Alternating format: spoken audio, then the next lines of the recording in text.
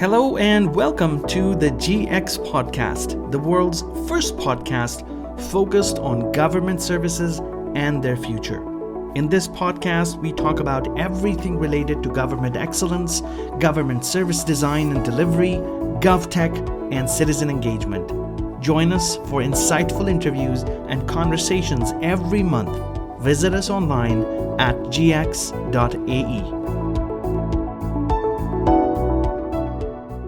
Welcome to the GX Podcast. My name is Ian Khan and I'm your host. Today I have a visionary on as a guest, and this is Naveen Jain, entrepreneur and the founder of Viome. Naveen, welcome to the GX Podcast. Ian, it's an absolute honor to reconnect with you. I still remember our fond memories of being together at another event a year ago and at the World Government Summit. So it's just an honor to reconnect. Pleasure. Naveen, we're talking about government experience. We're talking about what can we do, what can governments of the world do to create a better tomorrow? And there's so much that governments can do, are doing. Some are struggling, some are way ahead. And we just wanted to understand from your experiences in different sectors, right from healthcare to going to the moon. What is it going to take for governments to push the edge of innovation, creativity, and experiences in making the world a better place? Let's talk about the world as of right now. We spoke maybe a year ago, and a lot has happened since then. You were also at the World Government Summit, hosted by the Prime Minister's office here in the UAE. Tell us about the shifts that you have seen in the last year and a half, 2 years, I believe. Yes. So first of all, Ian, there has never been a better time in a human history when it comes to innovation. There is never been a time when the confluence of so many exponential technologies that are coming together that will fundamentally change the way people live their lives. So let's focus a little bit on healthcare, and then I'm going to expand beyond that.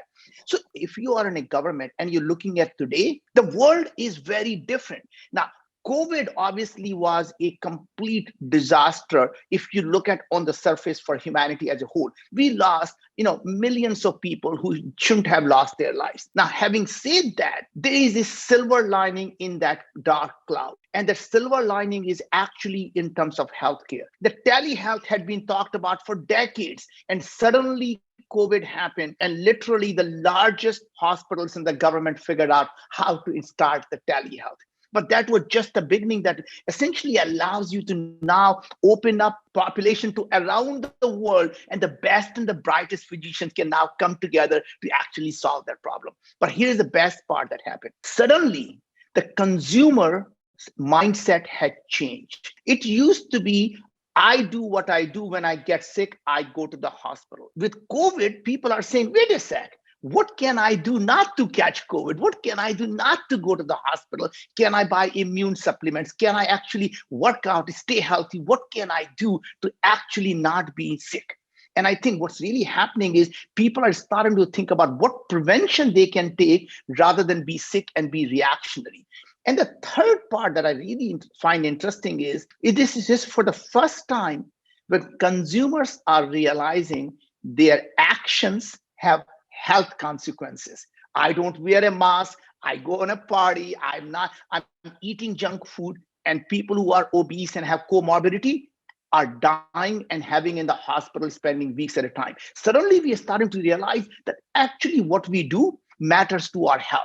And I think that's the biggest change. Now, if I'm a government, what I would do would be to realize this massive shift that's happening from reactionary to preventative care, allowing people to actually take control of their own health and really rethinking and saying, can people become the CEO of their own health, right? The one more thing I want to add to it, there is a fundamental shift that I am seeing where I believe the future of medicine, the medicine is going to come from the farm, not pharmacy. The future of health is going to be at home, not at hospitals. And once we start to realize that shift is happening, you start to see what type of at-home tests can we do that allows people to see constantly what's happening in their lives and to be able to catch a disease and predict a disease before it ever happens.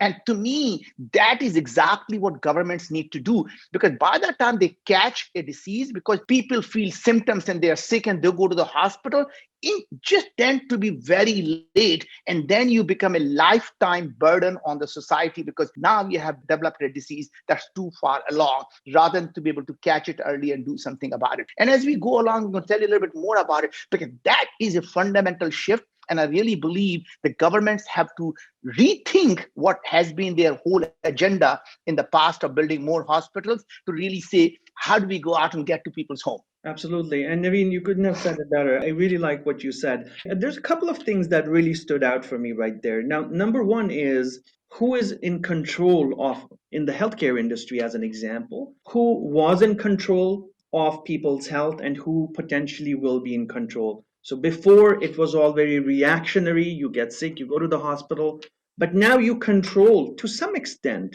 and with some amount of predictability that whether you will get sick, whether it's a preventative measure or it's a reactionary, kind of a measure to be more healthy. So that's kind of, I think, the power has shifted. And Yeah.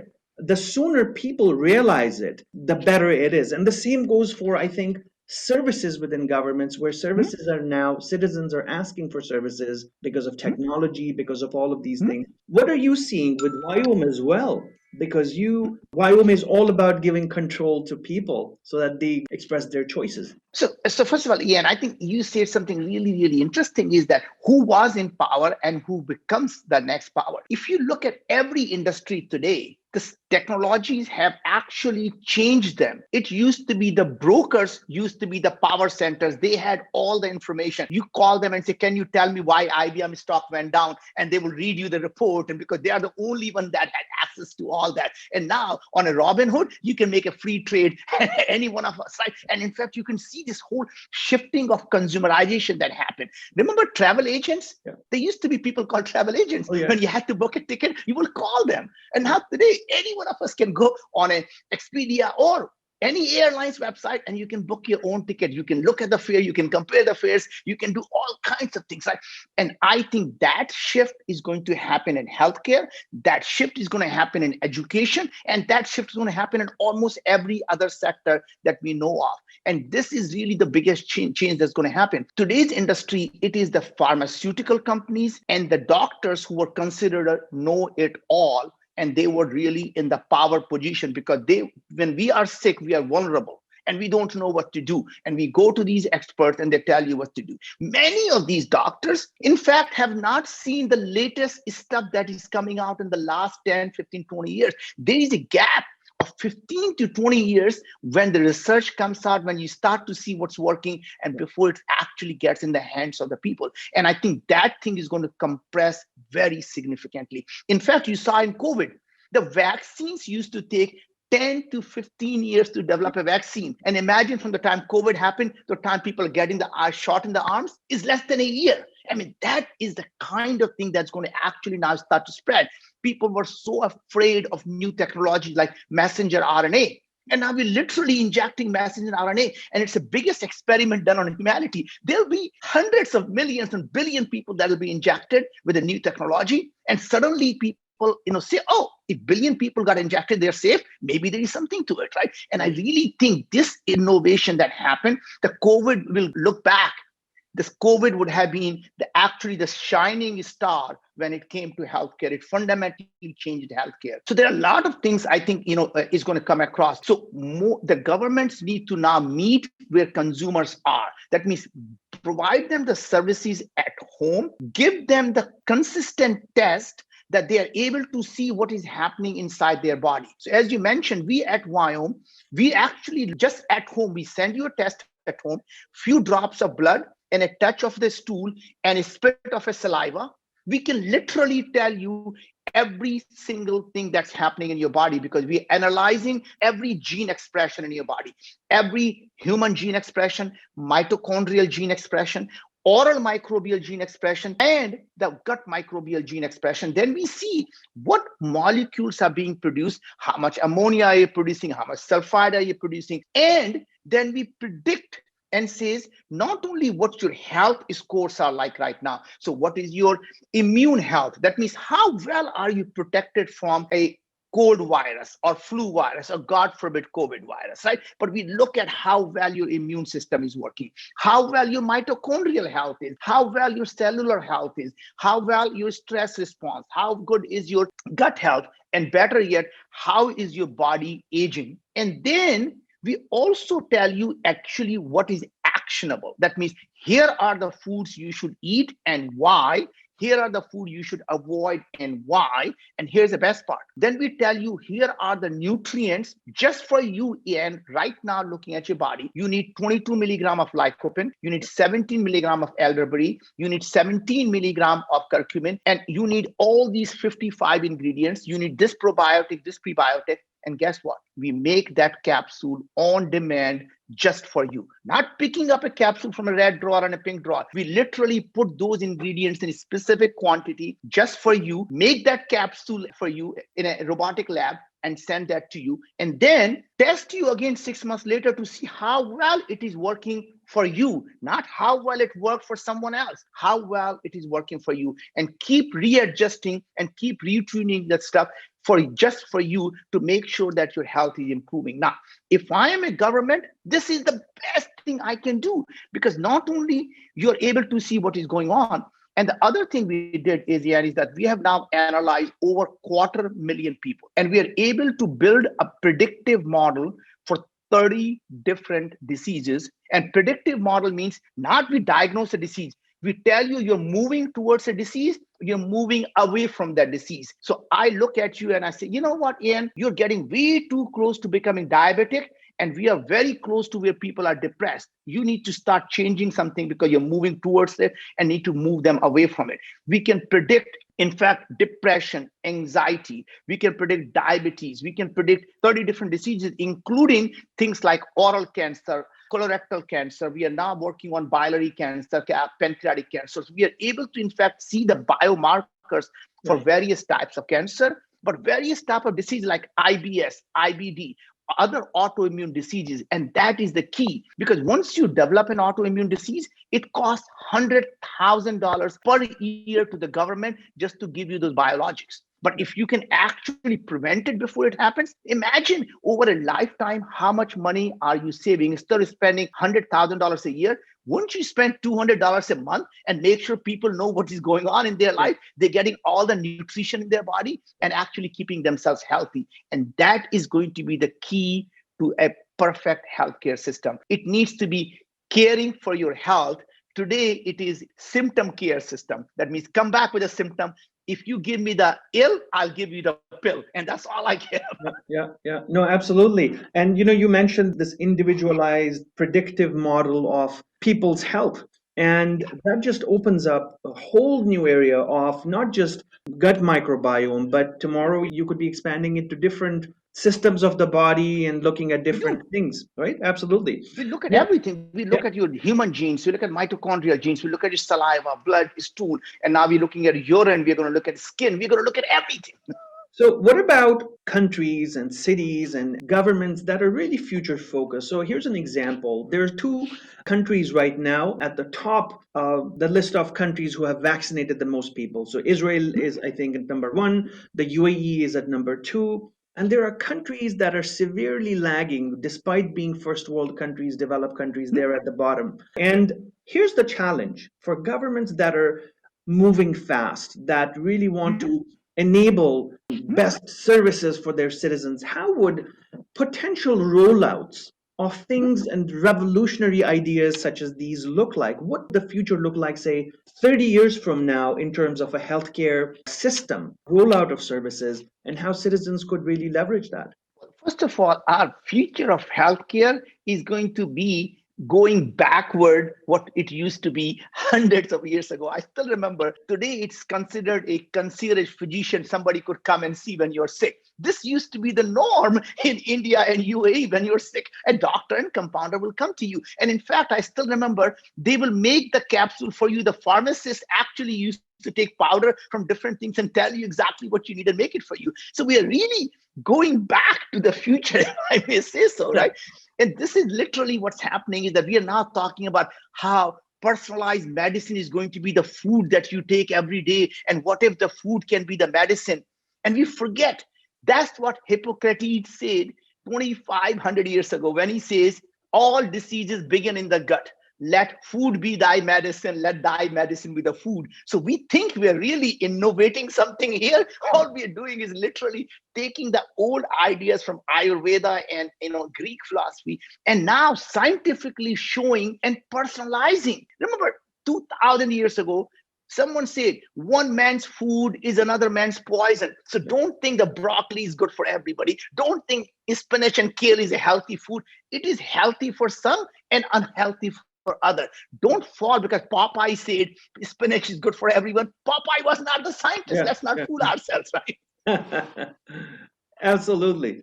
No, I get your point, and I think it's very important for both the private sector, the public sector, to understand what the next 10 plus or 15 plus or 20 plus years will look like when it comes to longevity, right? We all want to live disease free, symptom free. We all want to have longer lives and be happier and healthier and so on. And I think it's a collective responsibility of governments worldwide to join their minds together and stop thinking about just me, but think about how can we develop this as a global ecosystem. Now, tell us a little bit more about how can it be done? Is there a philosophy? Is there a Yes, methodology? glad you asked, because anytime you want to do something so audacious that can change the way people live their lives, there has to be a framework that you can apply. And I know we are running short on time here, but I'm going to see if I can go really fast here. So first thing is, if I'm in a government position, before I take any massive initiative, you have to ask yourself three questions. Why this? Why now? Why me? And why this is really simple. You said, if we could do this, and God forbid it's actually successful, that what I'm trying to do, would it help the lives of millions of people, hundreds of millions of people, or billions of people around the world? So if it is successful, it is actually changes everything. And I'll apply that, by the way, same thing to Viome to see how we did that. In our case, we said, what if we can imagine a world where being sick is truly a matter of choice, not a matter of bad luck? What if illness can be optional? And we said, God, if we can prevent and reverse chronic diseases, would it help a billion people? Answer was 7.4 billion people, check mark, right? Second question you ask is why now? And why now is really interesting. What had changed in the last 1 to 2 years? But most importantly, what do you expect to happen in the next 3 to 5 years that allows you to solve the problem now than it was possible a year ago? Because what really happens is a lot of people start this audacious idea based on what they see is happening now. And they forget these exponential technologies are moving at a pace that in 2 years, what you thought was completely impossible today becomes really possible, and you have to intercept them and understand these technologies. So in our case, we thought to solve this problem, you have to digitize the human body. And we saw the cost of sequencing when we started was about $1,200. And I said, this thing is going to really come down in the next couple of years to $100. So let's launch now. And when we are ready in the marketplace, the cost will plummet to $100. What we did not realize was cost was going to come down to $10. And that is the power of exponential technology.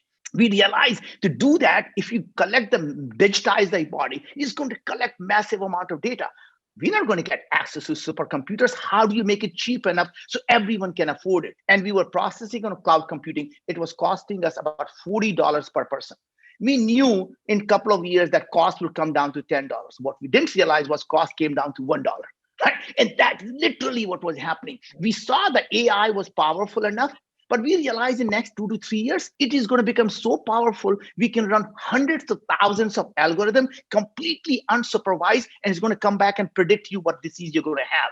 And that's literally, we decided that time for doing Viome is now, because confluence of these technologies, not individual technology, all these were converging together to make it possible. The last thing was the most important part. Why me? And why me? Every government has to ask themselves, why them? And the thing is, what questions are they asking that different from what everyone else is asking? And that's how you solve the problem in a different way than everyone else is doing. Otherwise, you're doing everything whatever. So in our case, we say, everyone is looking at the human genes And it occurred to us, your human genes don't change when you become depressed. Your DNA is still the same. When you gain 200 pounds, your DNA hasn't changed. When you become diabetic, your DNA doesn't change. And you go on and on, your DNA is not changing. So, how can you look at your DNA and say, I can tell you something about you? What is changing is not your genes, but your gene expression. And we say, what if we measure the gene expression? So, when it is changing, we can say, this moving towards diabetes now,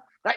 And then we saw the same thing about looking at the body as a whole. And we realized 99% of all the genes in our body are not our own. They come from the microbes in our gut, the microbiome in our gut, microbiome in our mouth. And what if we can focus on the same thing? Everyone in the industry, when they look at microbiome, they were looking at what organisms are there. And we say, wait a sec, that is a wrong question, because hundreds of different organisms can produce the same thing that's causing a disease. So knowing what's there doesn't help you. And what if the same organism does something different in your gut than it does in my gut? So having two people with the same organism doesn't mean anything. And that's literally what we discovered. A same organism like Akkermansia can be very, very beneficial to some people, and it can cause multiple sclerosis in other people, depending on what it is producing. And that is the key. So governments need to ask, how are they thinking about the problem that is different? And I can give you another example from my space venture. When I was looking at going to the moon and settling on the moon,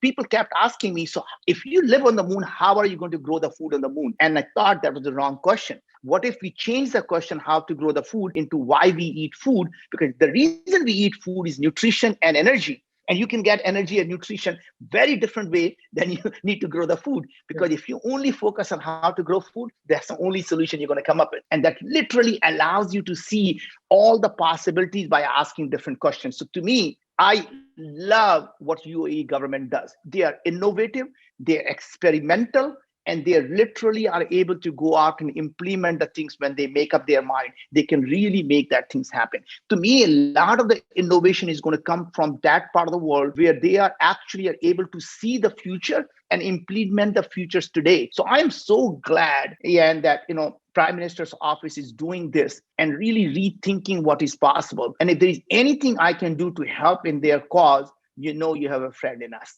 Absolutely. Naveen, I couldn't ask for more. This is amazing. Your insights are incredible. And thank you for sharing your time and your expertise with us. There's so much more to do, I believe. That we're just getting started in delivering these services, making the world a better place. And the more people that are healthier within any country, the lower the cost of running the government and making things happen. So there's a huge connection there. More Go than ahead. the cost, remember human suffering.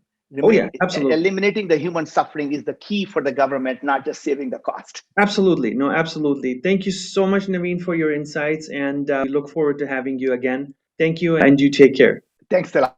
Yeah, look forward to it. Take care.